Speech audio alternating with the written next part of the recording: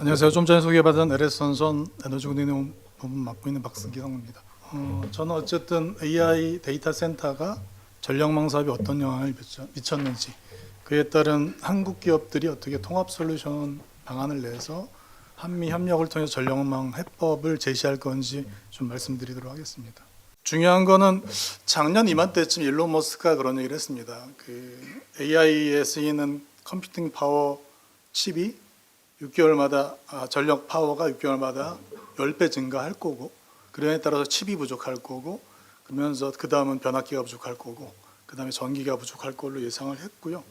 이 세 가지 병목이 결국은 이제 전력 부족으로 이어질 거고, 그 결과가 아마 올해쯤 예상이 될 거라고 2년 전에 예측을 했는데 정확히 맞았습니다. 예. 결론적으로는 예측대로 가고 있는데, 오늘 저는 좀 세 가지 측면에서 말씀을 좀 드리고 싶고요. AI가 왜 전력 수요를 폭발적으로 증가시켰는가, 그다음에 미국 전력망이 AI 성장의 왜 최대 발목이 되었는가, 그리고 마지막으로 그 변화 속에서 한국 기업의 기여는 무엇인가를 좀 말씀드리도록 하겠습니다. 예전에는 전력 수요가 GDP하고 연동해서 움직였습니다. GDP가 증가하면은 전력 수요가 늘어났고, 그 다음에 했는데, 이 AI 시대, 데이터 센터 시대가 되면서 어떻게 바뀌었냐면은 곧 AI 컴퓨팅과 동기화돼서 전력 수요가 늘어나고 있습니다.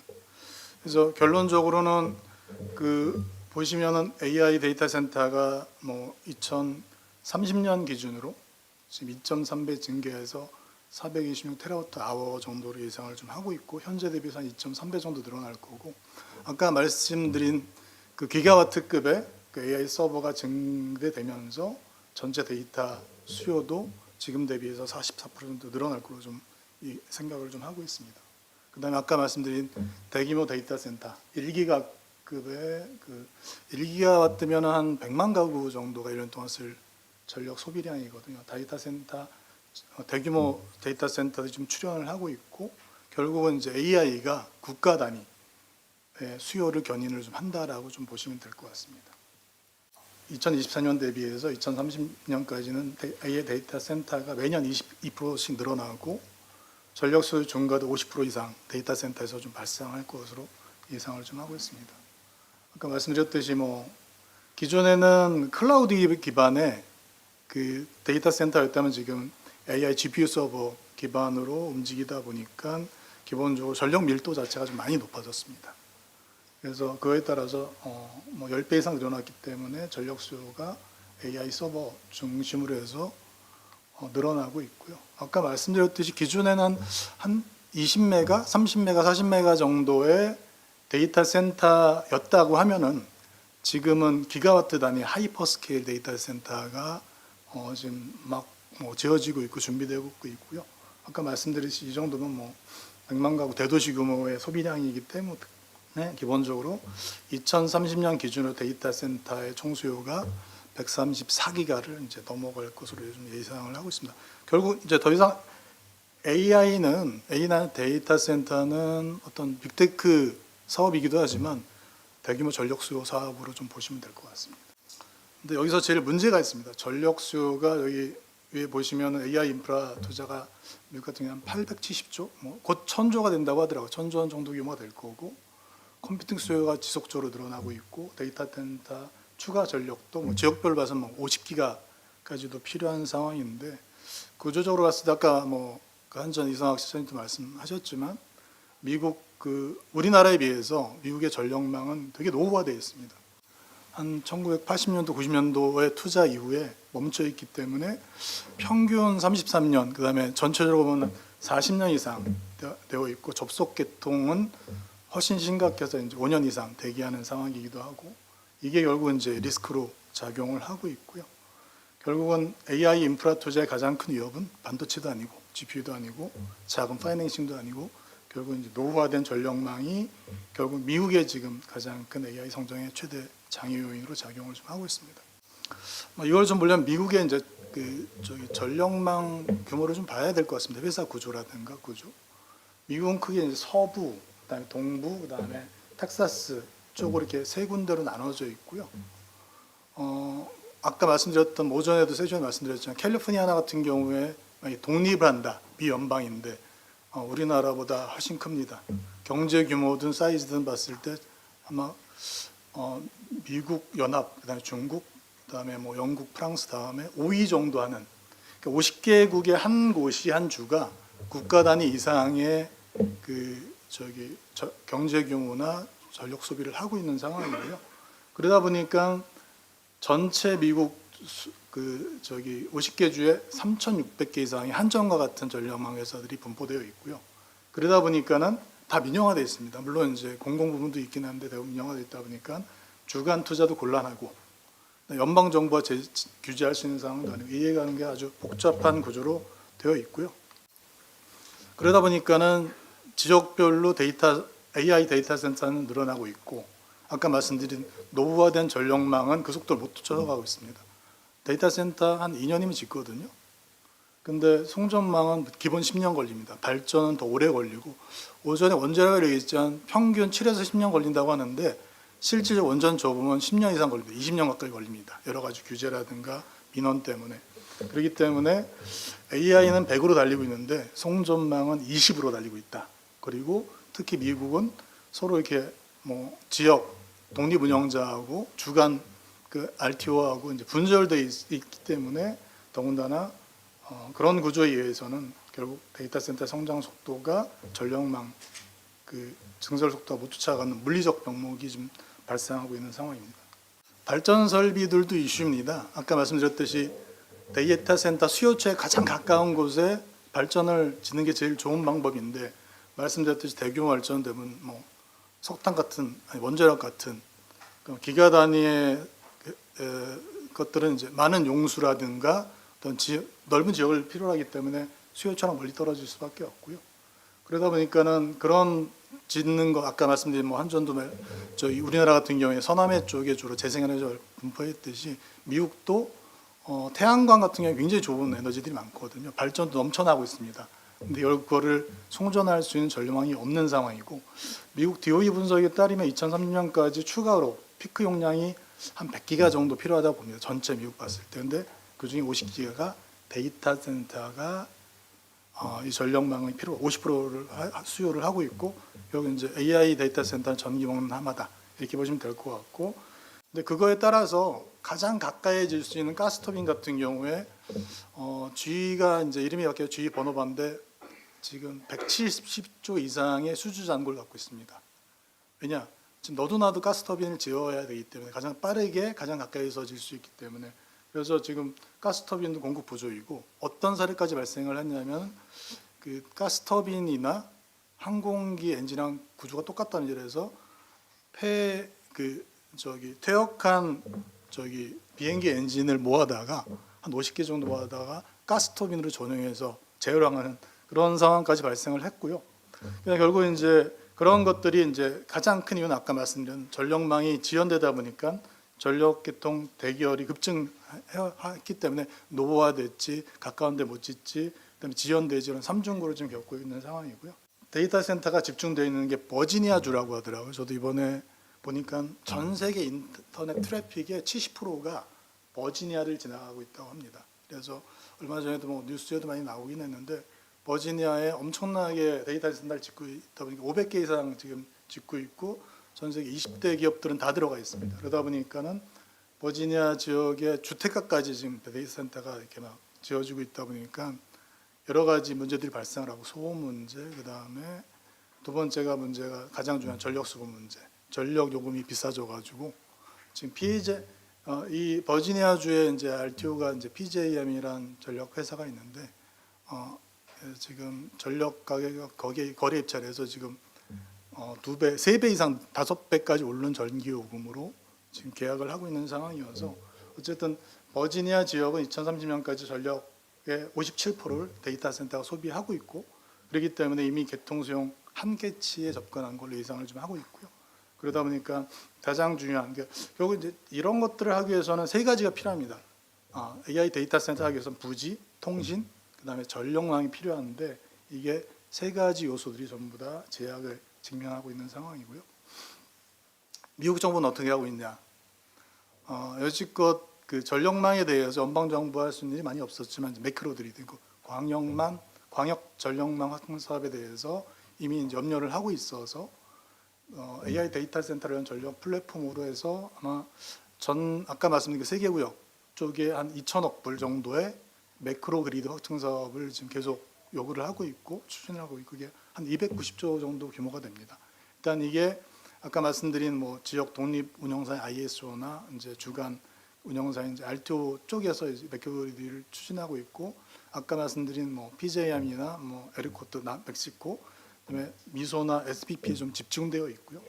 이런 사업들이 결국은 어떤 망으로 구성이 돼야 되냐. 뭐 우리는 밀양사태에 765 투자 안 하고 있지만 765 전력망이라든가 500kV, 230 케이블들이 기본적으로 전력망으로 구성돼야 되고 안타까운 사실은 미국이 아까 말씀드린 한 3, 40년 동안 투자를 제대로 안 하다 보니까 765 사업을 제일 먼저 했거든요.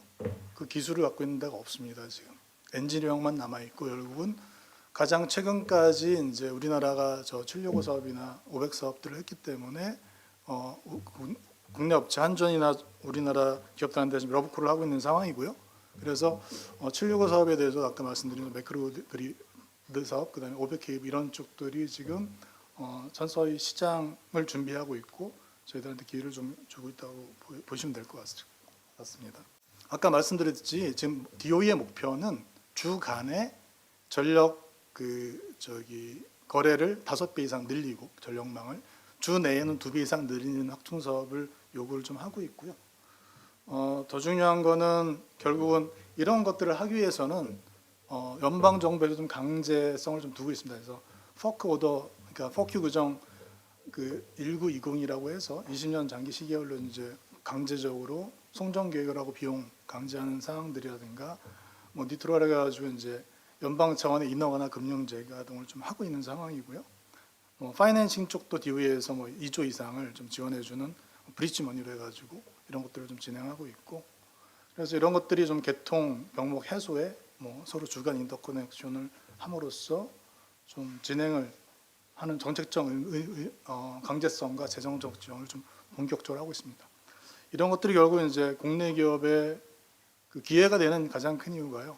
미국 전력망 현대화 사업에 1.2조 정도 좀 투자를 해야 되는 상황이고 연평균 15% 정도 성장률이 되어 있고 슈퍼 사이클이 일론 머스크가 얘기했듯이 지금부터 한 10년 정도는 지속되지 않을까라고 예상을 하고 있는데 아까 말씀드렸듯이 한국 기업들이 중국을 제외하고 전 세계 유일하게 765, 500kV 이런 것들을 갖고 있는 초과 핵심 기술을 갖고 있고요. 유럽은 유럽 수요만으로도 지금 넘치기 때문에 유럽 메이저들은 미국 수출에 큰 관심이 좀 없는 상황입니다. 그들만의 유럽 시장이 충분히 공급 가능하고 있기 때문에 그다음에 저희가 케이블 변압기 차단기 쪽에서 일괄적으로 공급할 수 있는 통합 솔루션도 갖고 있고요. 전 세계적으로 이렇게 납기를 맞출 수 있는 우리나라밖에 없는 상황. 미국 전력망 생태계를 보시면 아까 말씀드린 계속 지속적으로 발전이 증성될 거고 전력망 확충이 필요하고 그 다음에 아까 말씀드린 비하인드 메타라고 하면은 그 AI 빅테크 기업들은 전력망에서도 수급을 받아야 되고 그 다음에 내부적으로도 24/7 펌파워라고 해가지고 24시간 365일 정전 없이 공급을 받아야 되기 때문에 다 이중화되어 있고 백업망이 다 갖고 있습니다. 그러니까 자체적으로 특히 빅테크 기업들은 프라이빗 마이크로 그리드를 좀 투자를 하고 있고 거기에 아까 말씀드린 가스피커라든가 향후 30년 이후엔 SMR까지도 자체 발전 도입하기 위해서 여러 가지 기술적이라든가 제휴를 좀 하고 있는 상황입니다. K그리드 팀코리아는 기본적으로 잘 아시겠지만 전력원 시장 선점이 충분히 가능한 사항이고 특히 HVAC나 HVDC에 대해서 K그리드 기업들은 압도적 기술 우위를 갖고 있고요. 아까 말씀하셨던 케이블 변전기 차단기뿐만 아니라 ESS, 배터리 ESS까지도 통합적으로 공급이 가능하기 때문에 그런 것들이 이미 이제 글로벌 레퍼런스를 다 갖고 있고요. 생산 슬롯이라든가 시공 경쟁력을 갖고 있기 때문에 LS선상 같은 경우 엔지니어링부터 제조, 설계, 운영까지도 전주기 시스템을 좀 갖고 있는 상황입니다. 그리고 이제 타겟 시장 가치로 봤을 때 미국은 아까 말씀드렸던 노후화된 전력망, AI에 의한 전력 수요 급증, 그 다음에 그걸 공급해 줄 수 있는 기업들이 좀 부족하고 있는 상황이기 때문에 전 세계적으로 K그리드 솔루션을 여기 기업들을 이러면 좀 제가 적시하긴 했는데 아까 말씀드린 RTO, PJM 같은 뭐 주간 전력회사라든가 주내 뭐 도민이나 같은 IOU 독립운영사들을 통해서 파트너십을 좀 가질 필요가 있고, 특히 빅테크 데이터 센터 잘 아시는 그 아마존이라든가 마이너스 메타, 알파벳 같은 경우에도 자체적으로 전력망을 구성을 해야 되는 상황이기 때문에 이 결국은 이제 한 가지 전력으로 불가능합니다. 태양광, 해상풍력, 가스터빈, 그다음에 원자력 이런 것들이 석탄까지 다 포함된 복합 발전을 통해서 복합 솔루션의 발전을 AI 데이터 센터에 지원을 해야 돼서, 그걸 통해서 아까 말씀드린 24시간 365일 무정전으로 이제 전력을 공급해야 되고, 거기에 따른 AI 로드 커플링까지도 좀 포함시켜 가지고 지속적으로 좀 진행되고 있다고 좀 보면 될 것 같고요. 포트폴리오 측면에서는 기존에 이제 가공선이나 지중을 통해서 공급을 했지만 결국 장거리 대용량을 가려면 HVDC로 갈 수밖에 없습니다. 직류 송전이 필요하고 거기에 따른 여러 가지 시스템들이 좀 필요하고, 결국 해상풍력 같은 경우에는 뉴욕이나 이제 버지니아 앞바다 쪽에 여러 가지 사업들이 지금 반재생 정책 때문에 좀 중단되어 있지만 다시 재개가 됐고요. 그럴 경우에는 기가 단위로 보낼 수 있는 것은 결국 해상풍력이고, 태양광도 중부에서 또 동부로 보내는 사업들이 계속 지속되고 있습니다. 어떤 이런 것들이 아까 말씀드린 좀 미국의 전력 회사들이 많이 있지만 주요 회사들과의 전력적 파트너십과 벤더 등록을 통해서 대응을 좀 해야 될 것 같고요. 가장 중요한 건 그렇습니다. 과연 그 AI 데이터 센터가 미국의 전력망 수요를 급증시키면서 전력망 위기를 갖고 왔지만, 국내 기업에 대한 향후 10년간 전력 공급 시장 슈퍼 사이클이 시작됐고요. 이런 것들이 이미 숫자로 많이 나와 있는 이유가, 제가 업데이트를 좀 했었었는데 변압기 같은 경우에 당연히 아까 말씀드린 빅3, 3사가 미국 고압 전력용 변압기의 40%를 이제 작년 연말 기준으로 차지를 했고, 유럽이 오히려 10%밖에 안 됩니다.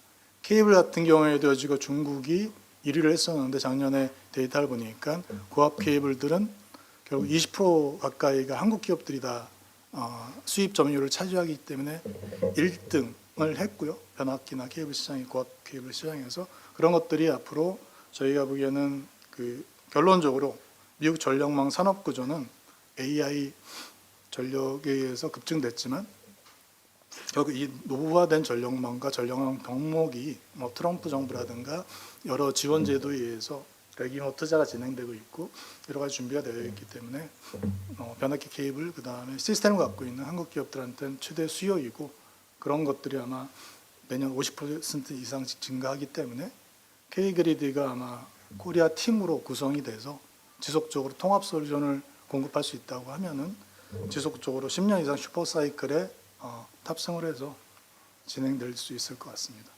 마지막으로 저희 LS 선전에서 잠깐 소개를 좀 해드리겠습니다. 아시는 분도 있긴 하겠지만 잠깐 소개를 드리면, LS 선전은 HVDC 해저 케이블, 초전도 케이블 등에 대해서 기술을 갖고 있고 솔루션 사업을 진행하고 있고요. 국내 유일의 이제 HVDC 해저 케이블을 설계, 엔지니어링, 생산 시공, 그다음에 유지 보시까지 할 수 있는 턴키 솔루션을 갖고 있는 탑티어 기업입니다. 저희가 이제 주요 공장 3개가 있는데 구미가 이제 지중을 하고 있고, 동해가 1조 원 정도 투자해서 해저 케이블과 HVDC 케이블을 공급하고 있고요. 이쪽에서 대만 해상풍력 같은 경우 10회 연속 수주를 했고, 그다음에 유럽의 가장 큰 테넷 프로젝트 같은 경우에 북해 에너지 하이웨이 사업인데 2.4조 가장 큰 규모로 프레임워크 계약을 수주를 했고요. 지역 결제 활성화라든가 탄소 중립에 좀 기여를 하고 있습니다. 그러니까 아까 말씀드렸던 가장 수요가 많은 버지니아 주에 저희가 체사피크시에 미국 최대의 HVDC 해저 케이블 공장을 지금 착공을 했고요. 27년도에 준공 예정입니다. 투자 규모 한 1조 원 정도 되고, 그다음에 27년도에 준공이 돼서 28년도에 양산이 된다면 30년도에는 해저 케이블 한 1조, 그다음에 미국 넘버원 HVDC 해저 케이블 제조사로 좀 거듭날 걸로 예상을 좀 하고 있습니다. 마지막으로 좀 말씀드리겠습니다. AI 데이터 센터가 결국 이제 미국의 전력망에 많은 숙제를 던져줬고, 결국 K그리드 팀 코리아하고 LS 전선이 미국 전력망 해법을 제시하고 그다음에 함께 하도록 하겠습니다. 감사합니다.